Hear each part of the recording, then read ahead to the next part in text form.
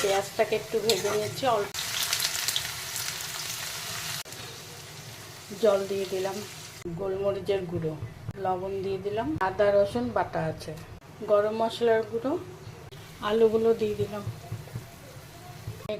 কেওড়া জল আর গোলাপ জলটাও দিয়ে লেবু রসটাও দিয়ে দিলাম, ওটা মিঠা আতর দিলাম। আলুটা বেশি সেদ্ধ করবো না, হাফ সেদ্ধ করবো।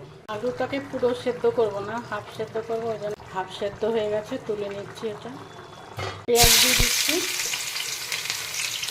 আর তেজপাতা, গোলমরিচের গুঁড়ো, হলুদ দিয়ে দিলাম। গোটা গরম মশলা তেলে দিই না, আমি এখানে দিই। তেলে দিলে সেন্টটা অতটা ভালো থাকে না। আদা রসুন বাটা ওটা দিয়ে দিলাম, লবণ, লঙ্কার গুঁড়ো আর টক দই। চিকেনটা দিয়ে দিলাম।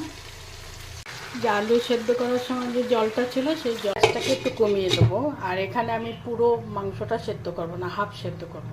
আর আমি সেদ্ধ করব না, এই যে এরকম রইল, ঢাকা দেওয়া থাক। দারচিনি, এলাচ আর লবঙ্গ, চিনি,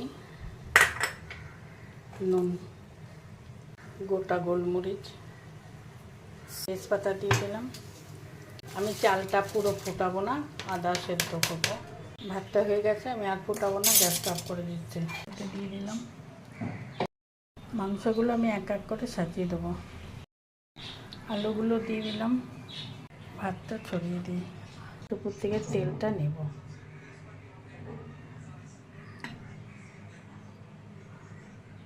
গোলাপ জল, কালো জল মেশানো আছে।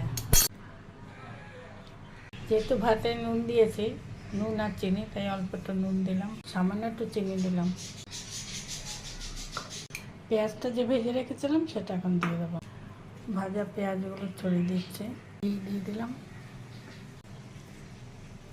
মিঠা আতর একটা তাওয়ার মধ্যে বসিয়ে দিয়েছি, এখন আমি একটু বাড়িয়ে দেবো 10 মিনিটের জন্য, তারপরে 10 মিনিট কমিয়ে দেবো।